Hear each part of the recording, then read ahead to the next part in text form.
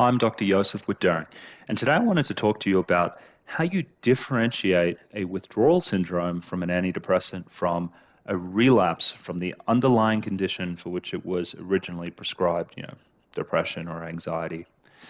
Okay, so the first thing to keep in mind is that withdrawal syndromes, they have a constellation of symptoms which are unique. And if we're talking about the common antidepressants like the SSRIs and the SNRIs, these can be things like increased anxiety, increased irritability, but also there are these physical symptoms which are pretty unique. A lot of dizziness and unsteadiness. People can also have headaches, and common is something called brain zaps, where people feel these kind of little electrical sensations in their brain when they kind of turn, and they can kind of come out of nowhere. So, sure, increased irritability and anxiety, that could certainly be your underlying condition, perhaps. But those other physical symptoms, they're more uncommon, so they're less likely to be relapse of the underlying condition.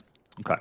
So the next thing you want to look at is the temporal relationship of the symptoms to when you stopped the medication. So for most antidepressants, the withdrawal syndromes will emerge a couple days after you stop taking the medication. This is a bit of a generalization, but for the majority of them, they have fairly short half-lives of a day or two. So 2 days go by, that medication is mostly out of your system. And if you're starting to have symptoms at that time, this increased irritability, increased anxiety, it's not really based on any other contextual stresses in your life. There's no alternative explanations for why you would be feeling that way. Then again, that temporal relationship fits. One exception to this would be withdrawal with the medication Prozac, where because it has a half-life of about 5 days, if you cold turkeyed this medication, it would be something like, you might not even experience any withdrawal symptoms for something like 10 days or something like that. So for Prozac or fluoxetine, you would expect to have that withdrawal about 10 days afterwards, maybe a little sooner, but that it's just something to keep in mind. So here, and then the last thing that you want to think about is what your depression was like initially, or your anxiety was like initially when you took this medication. So maybe you are someone who had chronic anxiety that was building and building and building over several years, and it led to you feeling fatigued.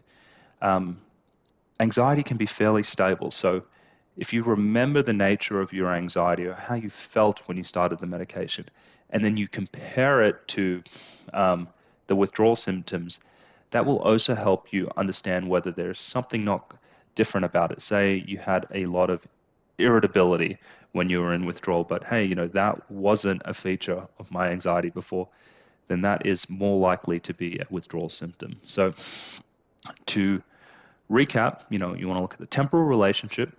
You want to look at the unique physical symptoms, the headache, the brain zaps, the dizziness that go along with it.